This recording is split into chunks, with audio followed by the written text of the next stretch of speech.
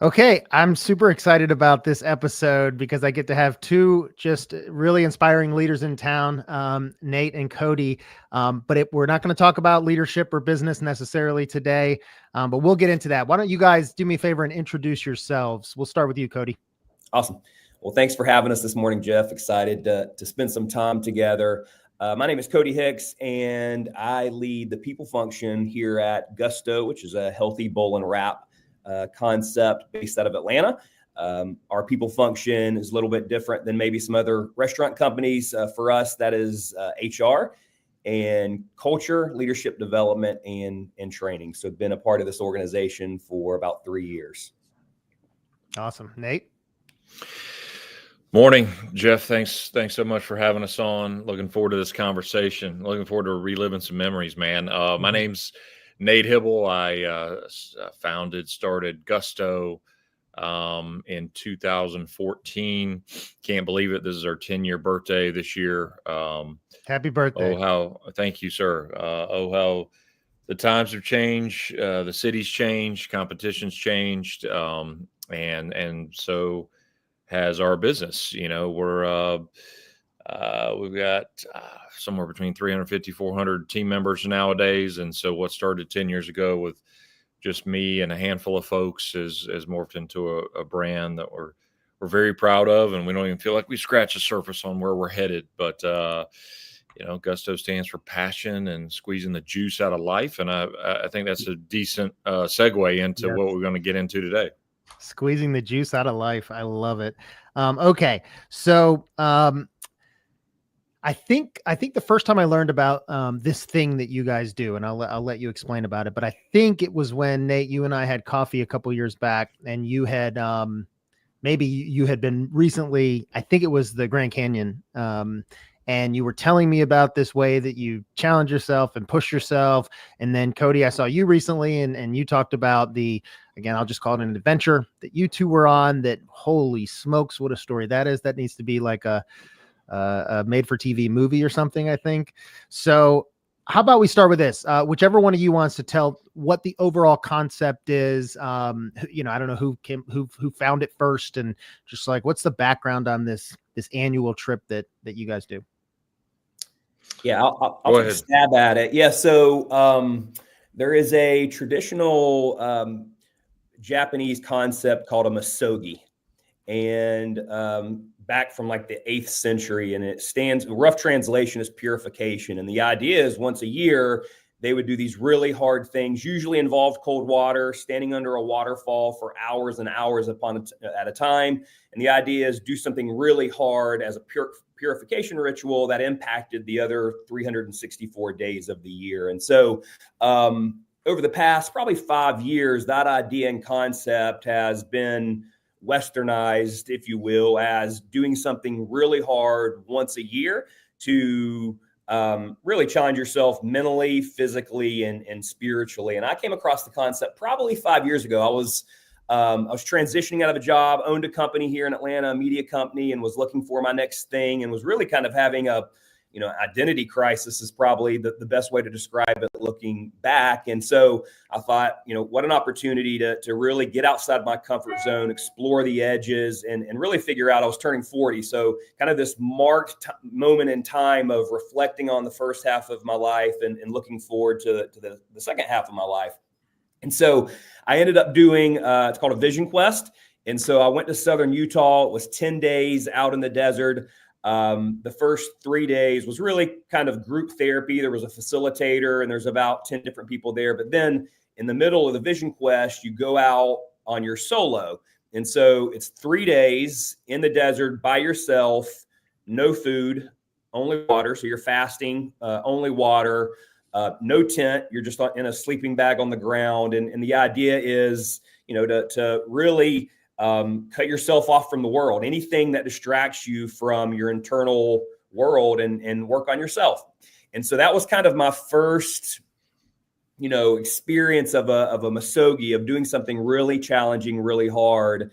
And so I have taken that idea, and then me and some buddies get together once a year and we do a trip. But as it relates to me and Nate and Gusto, I started here 3 years ago, and me and him started just working out. We're in our mid 40s. It's harder to stay in shape. It's harder to find time. It's harder to be motivated. Kids, busy life. And I remember specifically, we were at Piedmont Park, which is here in Atlanta, and we were walking around, and we were talking about, like, man, my goal this year is to be in the best shape of my life at 43 or 44 or whatever age I was at that time. And we talked about the need to have something on the calendar to really push you and to hold you accountable and to work towards. And that was kind of the seed. And we started talking about this idea of a Misogi and doing something really, really hard. There's 2 rules: 50% chance that you'll be successful. So it's got to be hard, and then don't die. Like those are literally the 2 rules of the Misogi. So that's a little bit of background on the idea and the concept. All right. Before Nate jumps in, I just picture like your desert trip with like psychedelic mushrooms and stuff. Is that what we're talking about here? I'm sure there are people that introduce psychedelic mushrooms to the equation, but I can tell you, being in 100-degree heat in southern Utah, without eating, you have some psychedelic type of experiences. Okay, yeah, well that's amazing. Okay, so Nate, how did you enter into this challenge? Well, I mean, first of all, Cody coming into my life personally and professionally was a godsend. He started out as a fractional chief of staff, pitched me on this idea that I thought was like from the 1984. I didn't know that was a thing. And he ended up working his way into our company. Great man, a heart-led leader, and a producer. It's hard to find folks that are strong on both sides of that spectrum. And so it's been fun getting close to him over the years. And it really, where I enter the story, I think, is that a lot of entrepreneurs, we go and systems like EOS and structured goal setting systems, they help you identify and make decisions. But personally, I was a little aimless. And I've been an athlete for 20, 25 years of my life, played football, and somebody had always told me, you're going to be here at 5:30 and you're going to do, here's your agenda. And being an entrepreneur, I think, was amazingly freeing, but with freedom comes a new responsibility, which is to be self-disciplined in a new kind of way. And you can really get lost in the hustle and bustle of creativity and producing. And the more team members you have, the more stress, the more energy is required. So long story short, I think I needed to put some personal goals down. I needed to draw some lines in the sand, and a Misogi, which a lot of people are talking about these days. So we're certainly not pioneering anything, but it was a great chance. Once I heard about it, I said yes. I think I was really thirsty for an adventure and something to look forward to on the calendar. And other things have come of it that I didn't see. I thought it was going to be, let's put something hard down on the calendar. I remember the first time we booked rim to rim to rim, the Grand Canyon. I took a picture, sent it to the buddies I grew up with in my group chat, and said, I'm doing Grand Canyon later this fall. And I literally was like, I was bragging. I wanted to show them that I was doing something fun. I had no idea what I was signing up for, Jeff. I had no idea what I was signing up for, but the second half of it is so beautiful and speaks to the aimlessness of just going and going and going without any structure, without any goals, without any, less accountability than you think. It forced us into working out 2 to 3 times a week. It forced us into a new set of accountability because we did know it was going to be hard, and we did know we were going to suffer. And so at 43, 44 years old, I was back into a training program. And by the way, that means when you're running a business and you have little kids, I mean, there is no time. There is no time. So how do you make time? Well, you make time at 5 in the morning, 5:30 in the morning, 6 in the morning. And so Cody and I have been going on long hikes and rucking in Piedmont Park for the last 2.5 to 3 years, twice a week. And that structure was desperately needed. And, by the way, lose weight, feel good, have meaningful conversations about life with a great friend. There's so many reasons to get on a plan. I don't care whether or not you call it a Misogi. I don't care whether or not you're rucking. I don't care whether or not you're in Piedmont Park or on Mars. But I think there is beauty in committing to something, and having an accountability partner makes it easier. Yeah, no doubt about it. So I know that a year or two ago, you guys did the Grand Canyon, correct? Where you hiked down and up, and then you camp, and then you hike back down and up, which just sounds incredibly difficult. And I know you guys worked really hard, and those last hours were pretty brutal. And so we could spend our whole time talking about that one, but I really want to get into the experience you all had in 2024. So talk to me about how that one came to be. Maybe if there were a few others on the table, and how'd you end up with what you did? Cody, I'm going to kick it to you, but a little background. I mean, what started out as just accountability and getting in shape, Jeff, I didn't realize really what we were in store for, which was doing really hard stuff. Yeah. I'm scared of heights, and I'm jumping in the Grand Canyon. I'm scared of heights, and I'm jumping on the side of Mount St. Helens on tiny pass, which just a wiggle the wrong way and you're going down, And so I want to bridge the move from an accountability and feeling good and sweating, and there's so many points here. But once we got into the Misogi, it was clear to me that this was life changing. This was soul changing. This was not just losing 15 pounds and feeling, better about myself and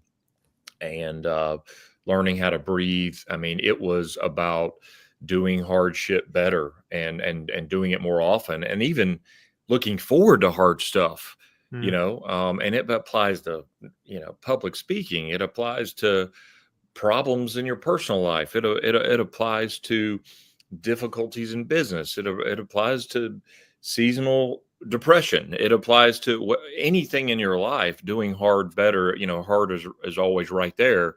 And so I just wanted to make that jump, because it's not that the physicality wasn't there, but the biggest thing for me has been just a change in a mindset that we can all do 20, 30, 40% more than we think we can. And when you jump in the fire, you have no choice. You either die or go backwards, or you push through it. And so that is a beautiful thing about the idea of a Misogi. And I encourage anybody to be willing, and you will make it and you will grow. But I just wanted to give that little intro, because Cody, maybe a little brief sketch of what rim to rim to rim was. And then a couple months ago this year, our Misogi was hiking around and up Mount St. Helens. So I'll kick it to Cody.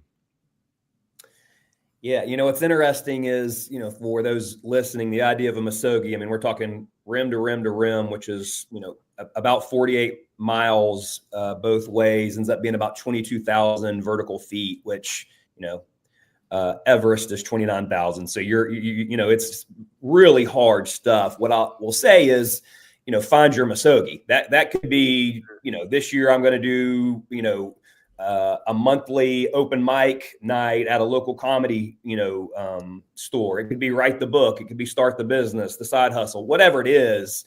I believe personally that being outdoors is part of the secret formula. But also not to get overwhelmed with, so you're telling me I got to fly halfway across the country and walk 48 miles. I haven't walked more than a mile ever in my life. So it's part of the process is finding your Misogi, and that can look a lot of different ways for different people.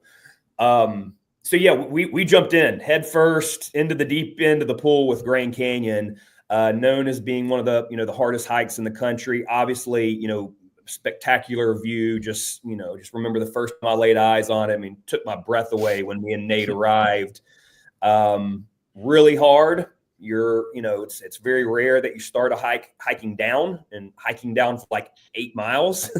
And so it was really challenging. Nate had some physical issues, had some really bad knee pain the second half of the hike. So it was questionable whether we were going to complete it or not. And I'll say something quick about Nate, former athlete, entrepreneur that's been in restaurant industry is probably one of the hardest industries in the world. Being around for 10 years, all corporately owned. Like he's the 1% in terms of toughness and willpower. And it was exhibited in the Grand Canyon because I just know what kind of pain he was in, and he never stopped, he just pushed through. And so when we get to this year, we could talk for an hour just about the Grand Canyon, but when you start with the Grand Canyon, you've set the bar pretty high. And so me and Nate started brainstorming, options for this year.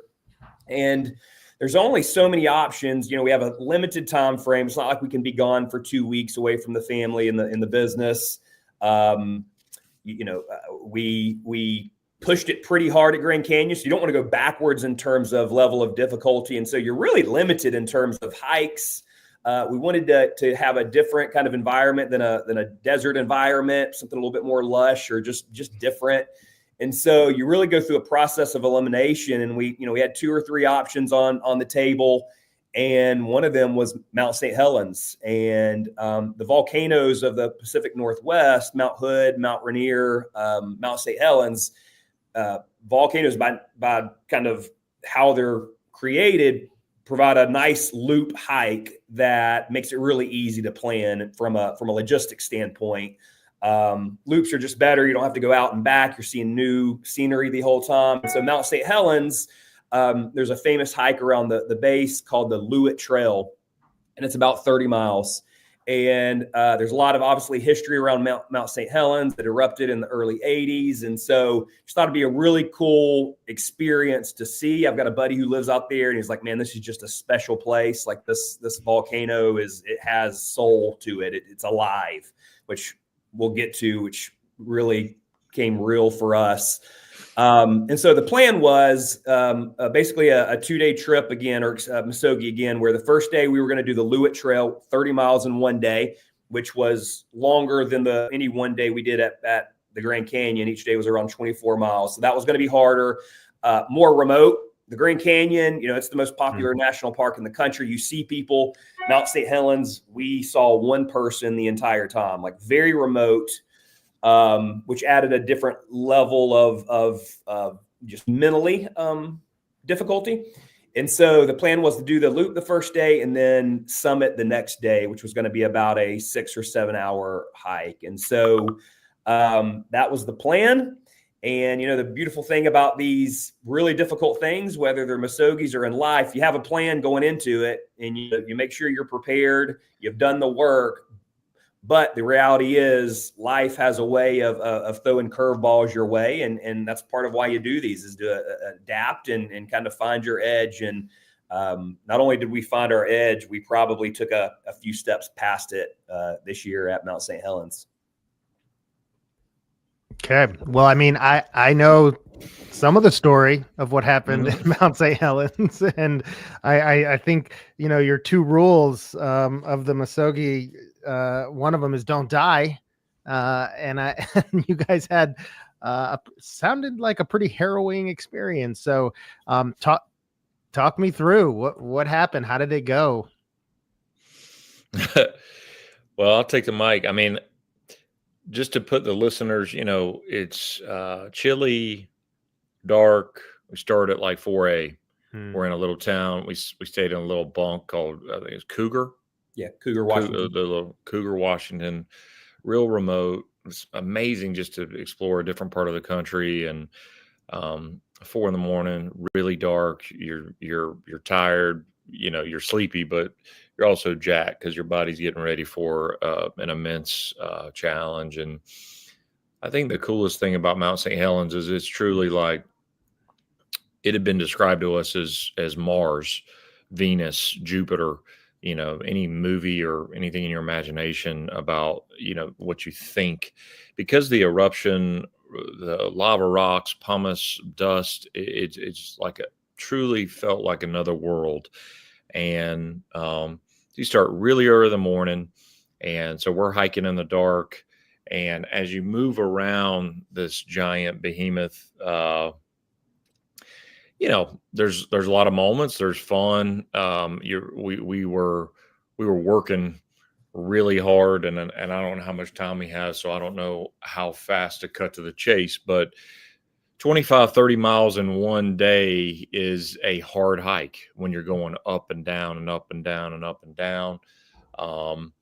And the next day was slated to go summit. But Cody, jump in here if you want, but everything from the thought of and the threat of cougars attacking you to, grizzly bears, that kind of stuff really didn't creep in my mind. I mean, I was more worried about the physical part of the challenge. We end up on the side of the mountain. We're above the clouds. For somebody who's scared of heights, I'm always worried about the next corner, Jeff. I'm always worried, no matter how hard what we just went through was like that. When you're afraid of something like that, it's like I'm always worried about what's next. I'm always nervous because a lot of hikers and runners up there, like, heights don't even come into the equation, so they don't even see the stuff. I mean, the fact that the path is only this wide, doesn't it bother a lot of folks, including Cody? And so it's perilous journey, I would say, in that there's no really well marked trail. I would say that's one of the craziest things. It's not like you're going down to East Palisades, in Buckhead, where the trail is worn. Occasionally there's these random white PVC poles just stuck in the middle of nowhere to help us random travelers, to give us like a clue. There's no worn path. And so, Cody, I'll kick it to you, but I would say that we worked our rear ends off, and this is up and down through forests, through deserts, through fields of what formerly was, hot lava. Just think Lord of the Rings set, if you will, Mordor, straight up, and having the time of our life, and also, working hard and having to pay attention to things. Because as Cody said, when you say no people, you mean like, and I say Mars, I mean no power lines, no trash, no trash cans, I mean there is no help. There's no noise. And it's you and your buddy and God and your brain and your heart. And that's it. And I would highly recommend the Lewitt Loop. One of the coolest experiences ever. But you better buckle your chin strap on tight, because she is a beast. Cody, as we get around the mountain, what were we thinking, dude? Yeah. So we plan to do this in a day. So the key note here is you pack light. You're moving fast. And so it's backpack, it's, water bottle, some snacks, sandwich for lunch, but your headlamp, you're packed light because you're moving. And so we were about, I guess, call it 10 or 12 hours into the day. I was using my phone as navigation. I had a map. You download a map. Your GPS still works without cell signal. And so our map was my phone. And so kind of the first key, detail was 10 or 12 hours into the day. It's early afternoon. My phone's getting low on battery. And so I've got a battery bank. I plug in my phone. We keep moving. About an hour later, I look at my phone and it's not charging, and it's lower in charge. Like, that's weird. And so I start playing with the cord, realize at that moment that my power cord that was plugged into my phone was broke. I don't know if I did it as I was plugging it in. I don't know if it was already broke, but the reality was I wasn't getting a charge. And so that was kind of the first thing was we realized that, okay, in not too long of the future, we're not going to have navigation. Not a huge deal. It's a loop. Could, prove challenging, but we're like, you know what, it may take us longer. We might have to, get lost a few times. We'll find our way and we'll keep moving. So, about an hour or two down the trail, my phone dies. And so we're officially without navigation. Didn't really even think it was that big a deal. And we keep moving. It's getting around dusk, and soon becomes, sun falls down below the horizon and it starts to get dark. We pull out our headlamps. And by the way, can I pause for a second? So when did you expect to make it? So you left at 4 or 5 a.m. What time did you expect to be back? Yeah, we had anticipated a 15-hour hike. 15-hour, okay. Yeah, so figure, we were gonna end after dark. I mean, it was best case scenario. Our plan was to end around 8 or 9 o'clock at night and be done. Okay.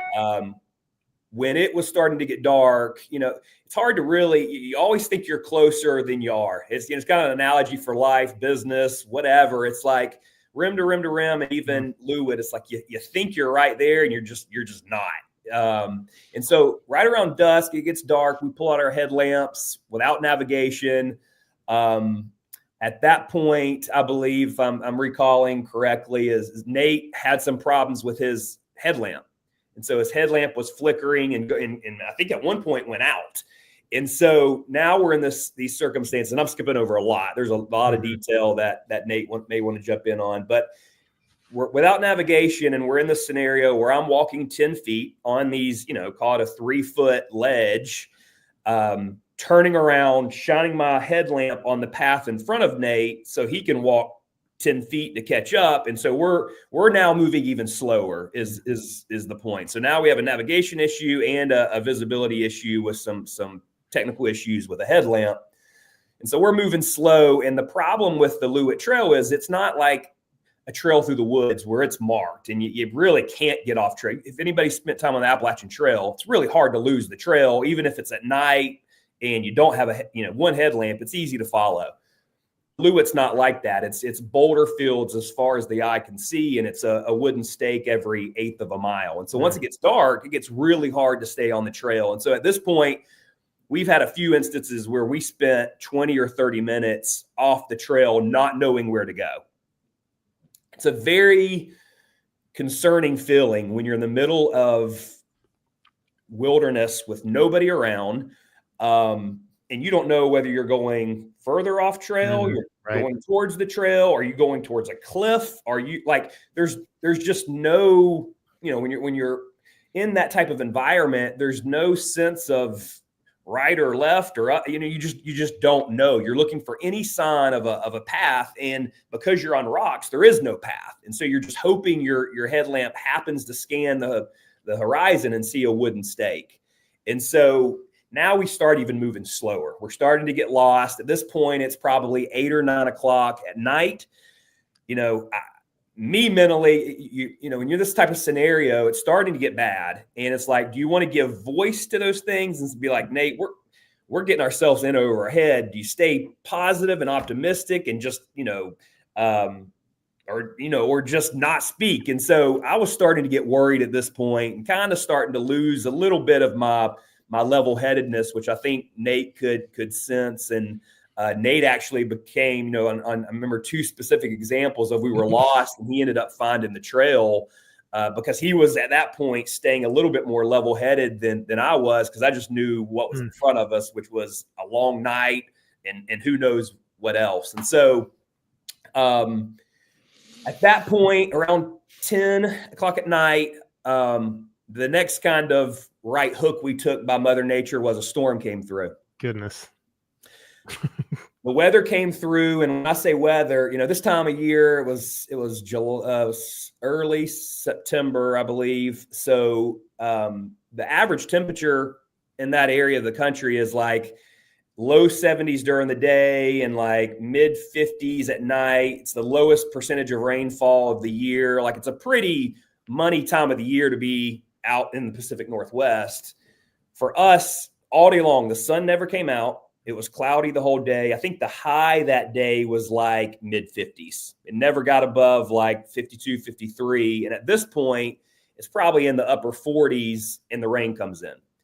And put your hand in front of your face and you can't see your hand. And so it is a worst case scenario. We weren't injured, but in terms of like all the variables of navigation, at this point starting to get cold and lost, middle of nowhere. Like it was pretty dire at that point when I'm looking at Nate and like, man, we are not in a good position. There's not a good option here. And so at that point, and Nate, feel free to jump in. At that point, we made the decision to push SOS on I have a GPS satellite messenger, and we made the decision to push SOS and notify search and rescue that we were lost.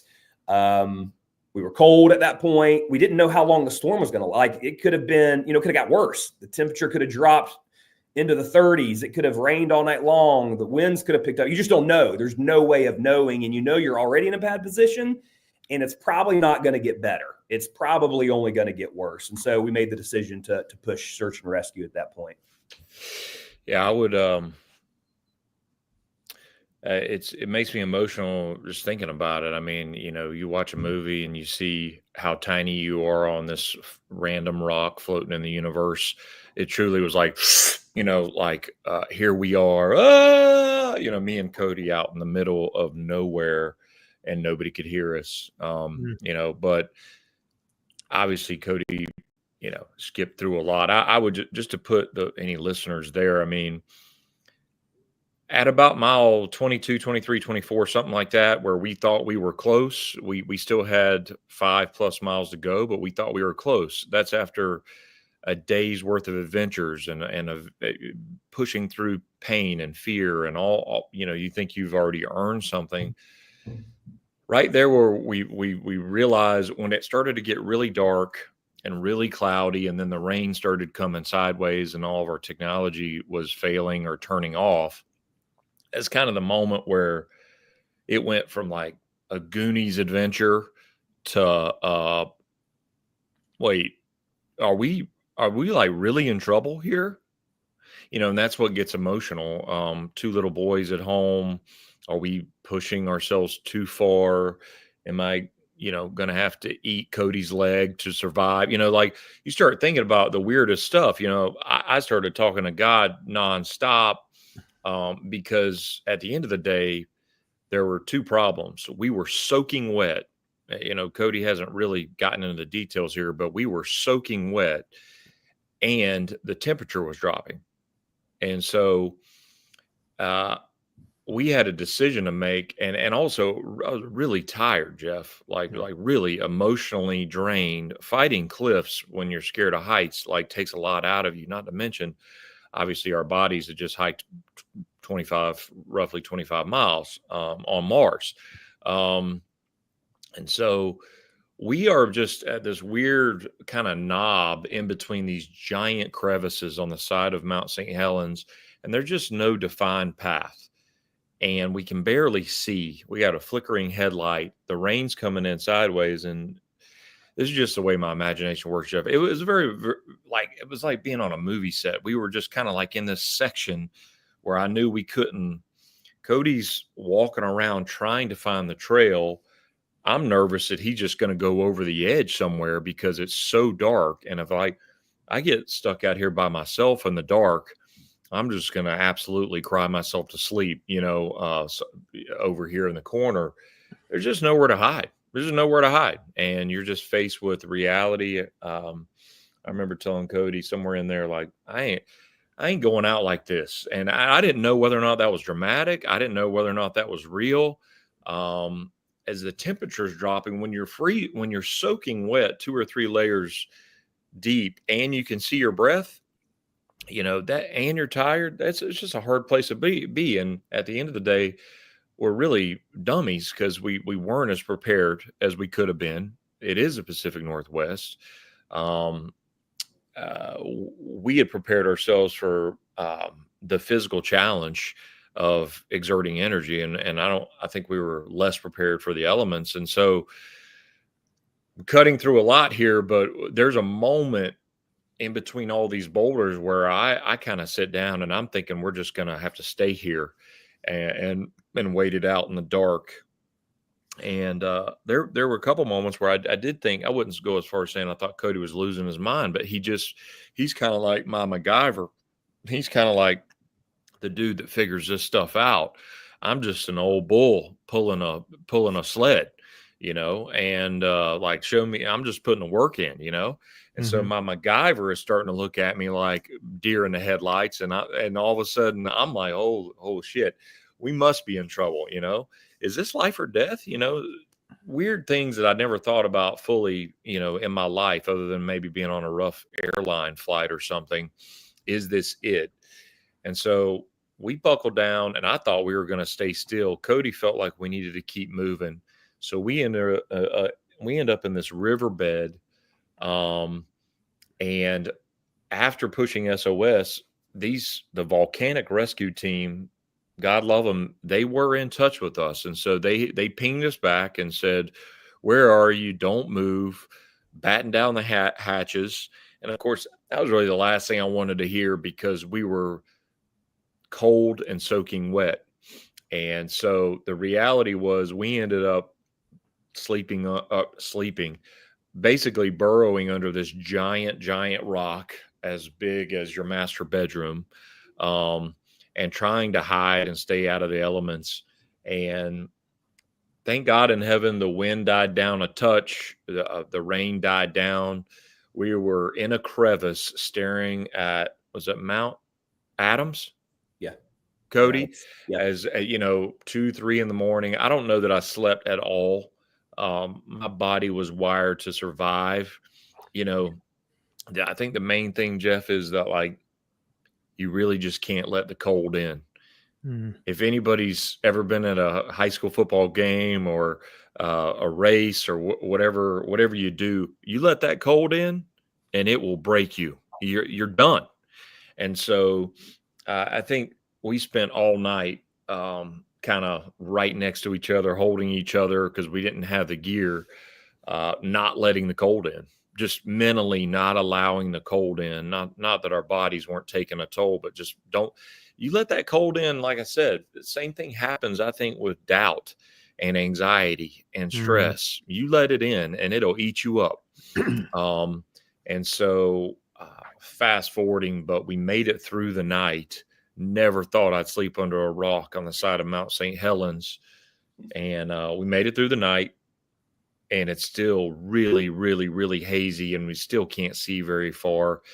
And really the next moment of our adventure comes about, and I'll let Cody describe what happened, because we were still lost, even though the darkness had subsided and it was morning, 6:30, 7 in the morning. We still were on the side of Venus. Not when where do you go? Where do you move? And the rescue team is basically saying, don't move, because how people die is they start trying to figure stuff out and they end up in no man's land with no signal and they can't find them. So they're telling us to stay put. And the last thing I want to do is just sit there and shiver in my own, pain for the next 6 hours, awaiting what could be. But I do want to kick it to Cody, because Mount St. Helens gave us a surprise that we didn't expect right about this time. Yeah. So we're, it's 8 in the morning. We've been walking around aimlessly, even it's light out and we still can't find the trail. It gives you an idea of just how difficult the, expansive this area was. And, tired, had been up, for, call it over 24 hours at this point, exhausted mentally, physically, emotionally. Being cold, your body expends a lot of energy. That's why you're shivering to try to keep yourself warm. And so you expend a lot of energy, even though we're laying under a boulder. From a caloric standpoint, you're burning a lot of energy. So we're exhausted, trying to find our trail. At this point, emotionally, I'm thin. I mean, I like to think I'm pretty resilient. I do a lot of things outdoors. I like to do a daily ice bath. I like to push myself. At this point, I'm thin emotionally. Like I am close to breaking, even though it's daylight and we're moving. There's still not a lot of hope that we're going to find the trail. And we don't know when search and rescue is going to be there. At first, they said it was going to be last night. They couldn't put a team together. And now it's the next day. There was still some uncertainty when we would see search and rescue. So we were mentally, we're like, we got to get ourselves out of this. Mm-hmm. And so we're aimlessly wandering the side of Mount St. Helens and these ravines, and everything's hard. You climb up to a ravine, you look over the side of it to see if you can see this wooden stake sticking out of nowhere. And so we're at our breaking point, literally. And all of a sudden, Nate's probably, 300 or 400 yards up from me. And we don't have a lot left. And all of a sudden, there is a rumble from the core of Mount St. Helens. The crater is in front of us. So you can see Mount St. Helens is still active. And so you can see the crater. There's smoke coming out, like it's an active volcano. You don't really realize that, or I've heard that, I've read that, but you don't really experience it in a way when we're the only people out there. It's 8 a.m, we're tired, and the volcano rumbles, the deepest, loudest, and we didn't expect it. And so I'm thinking, was that going back to my brain in Atlanta, was that a big truck driving by? Was that an airplane flying overhead? You can't really put it together. It's not a rational noise that you're hearing. And me and Nate look at each other about the same time. So like, is the volcano erupting? Like, are we literally experiencing a volcano eruption? And about 8 seconds later, it does it again. Jeez. And Nate takes off running towards me, which you're not outrunning a volcano, but you just, again, it's not rational. Like, we haven't experienced the volcano rumbling, so you just don't know how to process it. My brain couldn't process it, but I am flooded with adrenaline at this point because I literally think the volcano's erupting. I had not planned to hear the volcano rumbling after 30 plus hours on the mountain. And at that point, I broke. Crying, calling out to God, like I'm done with this. Like I love adventure. I love hard things. We signed up for this. We get to do this. We don't have to do this. All those things that you talk to yourself through those moments. It's gone. Like I'm done. I'm get me off this volcano. I'm done. I'm over it. I'm miserable. I'm wet. I'm cold. So it was for me the absolute low point. That rumble put me into a place mentally that was not healthy. Yeah, I would say, it felt when Mount St. Helens blew, Jeff, the equivalent of 1,600 atomic bombs going off at the same time. It blew boulders the size of my house 50 miles away. Crazy power.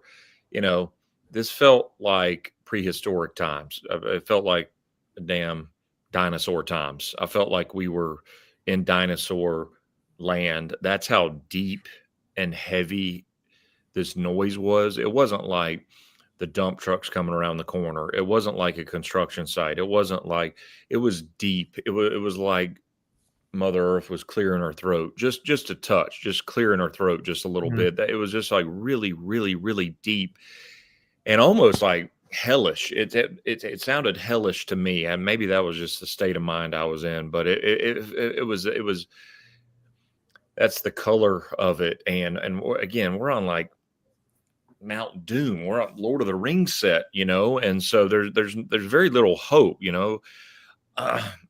I'm Frodo and he's Sam. No, I'm just kidding. And so at the end of I run, which is ridiculous. Cody's got tears streaming down his cheek. We were literally thinking, is this the end? Because it was so deep and so big. We're just thinking,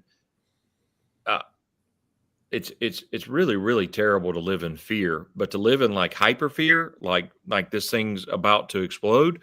The only good news was it would have vaporized us and we wouldn't have thought about it but for a nanosecond had she blown.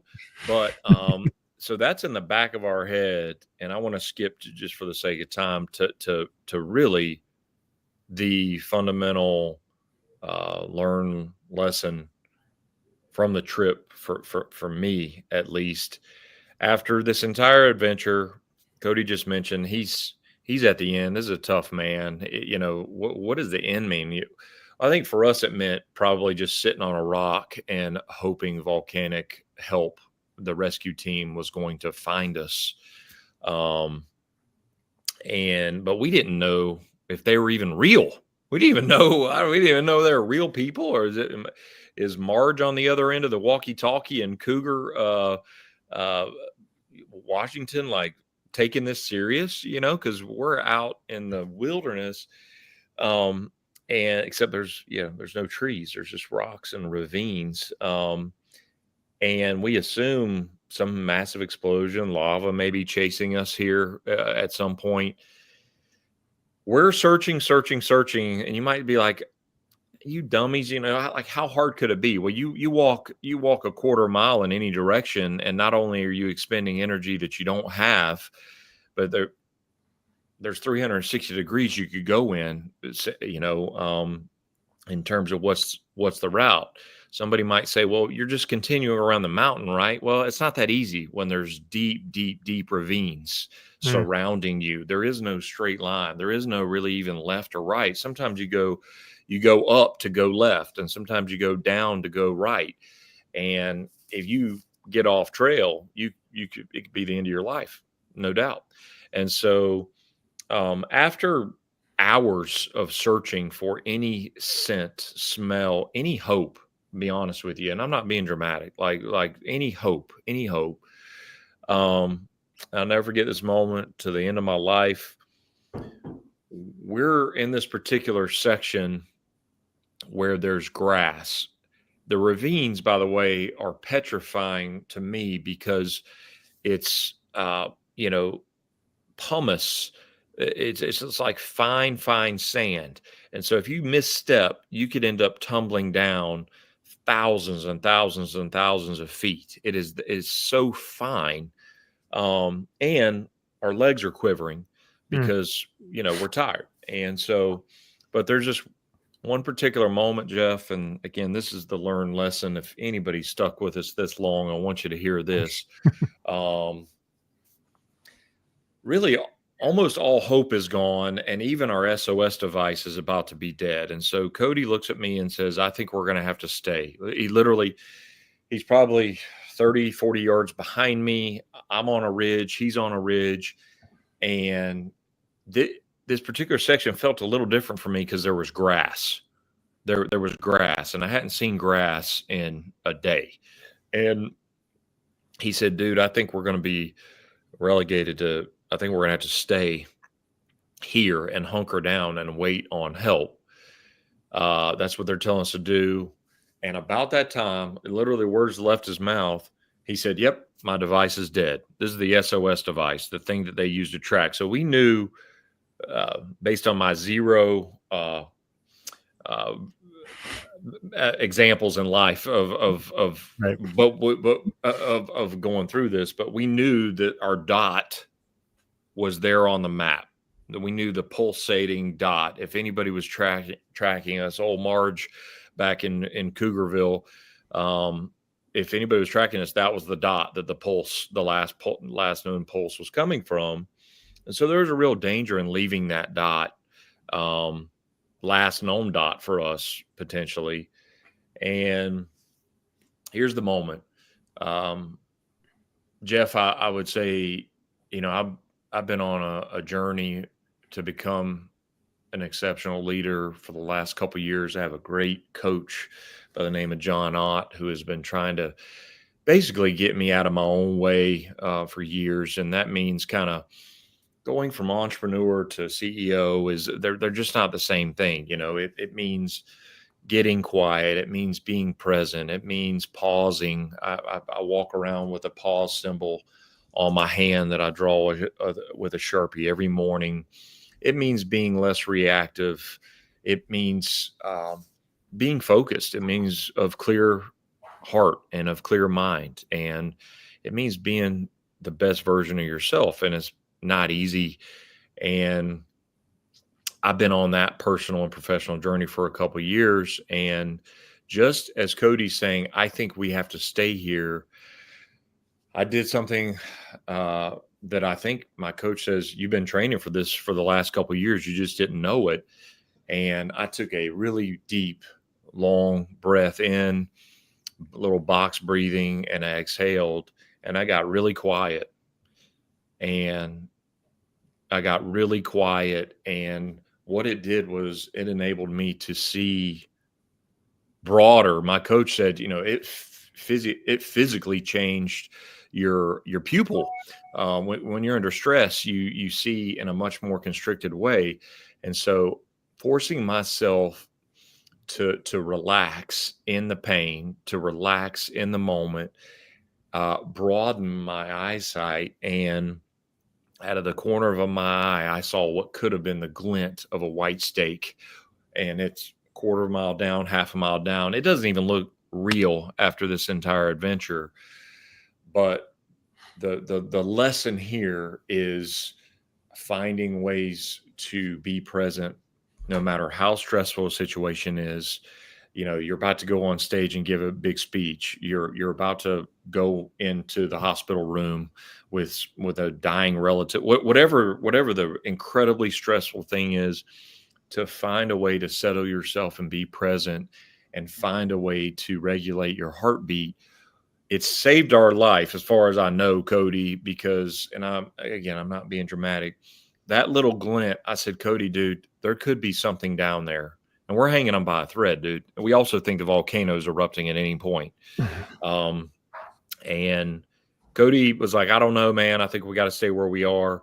I said, let's go down there. And so we traipsed down there with our gear, weary and tired. And lo and behold, it looked like it might have been a pipe that had been bent. And then, thank God in heavens, another quarter of a mile down, we actually see what looks like another pole. And so it doesn't even sound that dramatic when I say it out loud. It doesn't even sound that dangerous. But getting to a place where I was able to relax and not panic, because if we'd have panicked, worst case scenario could have happened. If we had have freaked out, if we had have stressed out. And I just think there's a lesson to everybody that's interested in finding a way. Breathing is a life hack. I know both you guys believe in that, but finding a way to get settled and centered, literally open my pupils to see the glint of this steak, which, fast forward, ultimately put us back on trail. And we had about 5 more miles to go. They were still very hard miles. We're still on Mount St. Helens. And about 2 miles before we get to the end, around the corner, all I hear is, "What's up, broskies?" And it was the damn volcanic rescue unit who had left and were on their way to come to our last known dot. And they walked us in the last 2 miles. And it was, needless to say, we got back to Cougar, the little town where we were staying. We didn't get to summit. But that second day, I will remember every microsecond for the rest of my life. And so, sorry for running my mouth, but it was quite the deal.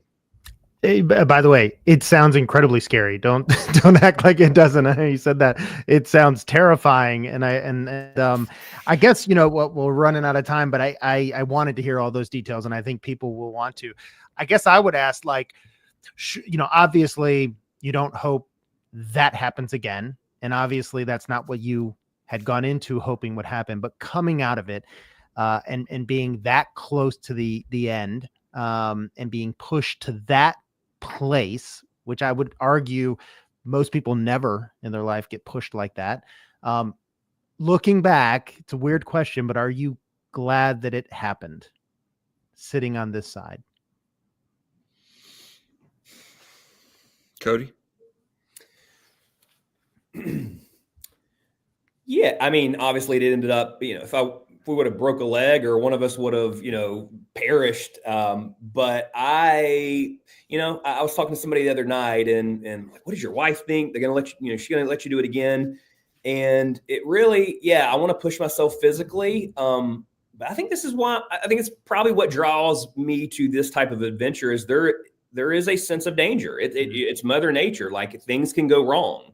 And I think in today's world, there's a crisis of comfort. We've got this, we've got DoorDash on delivery. We've got my Nest, my house never changes from 72 to 73 degrees. And so I think there's a crisis of comfort in our culture. And when's the last time most people's done something dangerous? Like think about your life. Like when's the last time you did something risky and dangerous? And I think there's something core to our being that draws us to that.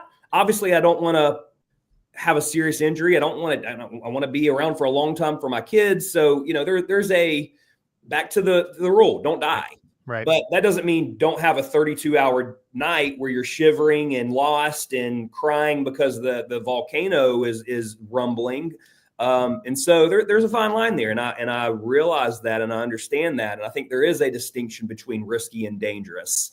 It was risky what we did, dangerous. I mean, I think we had anticipated a long night or day. There was 3 or 4 things that happened that, just happened to stack on top of each other and put us in a really precarious position. But I think I learned a lot about myself. We're capable of a lot. And I was really proud, Nate mentioned it, of like, we stayed level-headed. And I listened to a podcast about people that get in bad positions in the wilderness and die or get really hurt. And it's usually bad decision-making. You constantly have to do it. You're always assessing risk.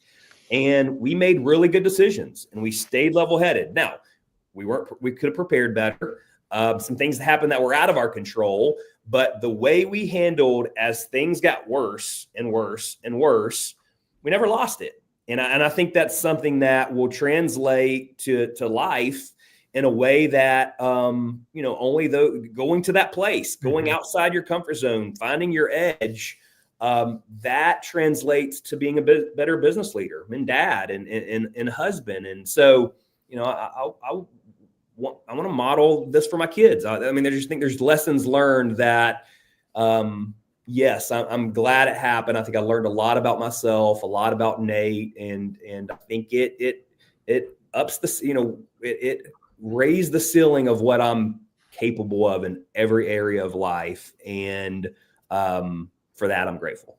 Awesome. Nate, you get the closing words. I mean, it took me on an emotional journey just this morning, just kind of reliving some of this stuff. I mean, I'm glad we did it. I think what I tell our leaders all the time is when you're doing hard things, it doesn't always feel like you're growing, but you start here and you do all the hard things, and before you know it, you're up here. You didn't necessarily feel the growing pains all along the way, but the more hard things you do, what used to be hard just isn't hard anymore. Yeah. And you're working on a new muscle. And I think there is a challenge to make those crossover between, like I said, something like public speaking versus being 3 miles up and being scared of heights, but Cody knows that I was talking to God and praying and working, using my coping mechanisms, taking one step at a time on a ledge that if it crippled me, we'd still be there. If I couldn't move and I locked up, we'd still be there. I'd still be there. Maybe Cody would have left me there. I don't know. But like there are all these parallels in life about doing hard things, doing hard better. I think there's a couple things. The more hard things you do, then you need more hard things in order to get that hit. And so I think one of the things I'm having to learn how to do is to deal with the cycles of, you can't do hard things all day, every day, Right. I mean, being an entrepreneur is about as close as that gets. It's like waterboarding, so it's close. But I think dealing with the rhythms of doing hard things and then there's a come down. That's a new part of my journey. I get conflicted sometimes, Jeff, because I think in the capitalistic achieving world we live in, that we're always looking to go harder, do better, win more. It's not even about stuff. It's just about achieving more. And so I have a little bit of a conflict because there's a part of me that's drawn to like just maybe being a farmer in Nebraska, and that's a different kind of hard. Mm-hmm. That's waking up every day and just working hard with your hands and feeling good and fulfilled, and being a great husband and dad and going to bed. But I think in the capitalistic world and the hustling world and the entrepreneurial world of achieving and winning, especially being a former athlete, this is where I find myself, and we're going to keep doing it. And by the way, Misogis they don't have to just be physical. Cody's talking about going in a weird room and taking mushrooms and trying not to lose his brain, for 5 straight hours, lose his mind. It's all about pushing oneself. And I think ultimately, Jeff, kind of the last mic drop moment is, I think ultimately it at least challenges your relationship with your maker or whatever you believe in. It's gonna bring you to these moments of forget gusto, forget a rice bowl, not even your kids or your wife, or not even your right ankle hurts, or not, but literally like, what is life? What is the afterlife? How tiny are we? What really matters? And that is the coolest kind of the end of the toothpaste in the tube that you squeeze out, which is like, oh my God, I think there's just a real reality and perspective check that is unmatched. I love it. Well, listen, I know this is busy. Well, it's always busy for you guys. So I certainly appreciate you taking the time to share this story. I also know I knew it would be emotional to relive, and then probably every time you guys tell the story, but I think it's going to, and I know it's going to inspire so many people. It certainly continues to inspire me to push myself. And I think we're going to get some folks wanting to know more about how they can start these things. So I just appreciate you guys. I've always appreciated the culture you're trying to build and how you're trying to affect people's lives. And I'm so thrilled that it's happening here in Atlanta. And so appreciate you guys joining me. Thanks for having us. Thank you so much, Jeff. You got it. See you guys soon. See you. Appreciate it.